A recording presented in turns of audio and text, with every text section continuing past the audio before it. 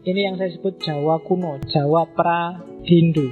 Yang pertama, konsep ketuhanannya Jawa itu sebenarnya sangat monoteis dan sangat sufistik, mistik. Tuhannya namanya Sang Hyang Toyo.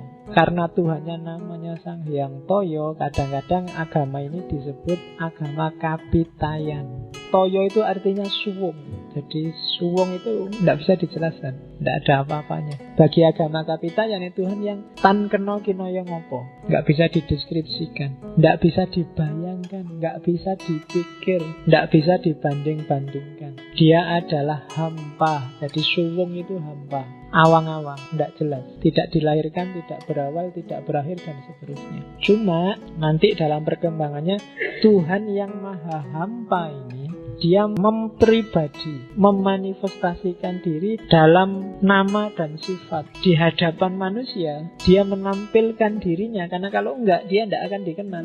Kayak hadisnya Sufi itu loh. Aku itu khazanah tersembunyi. Cuma aku ingin dikenal, maka aku ciptakan makhluk. Dan lewat makhluk itulah kemudian mereka akan kenal aku.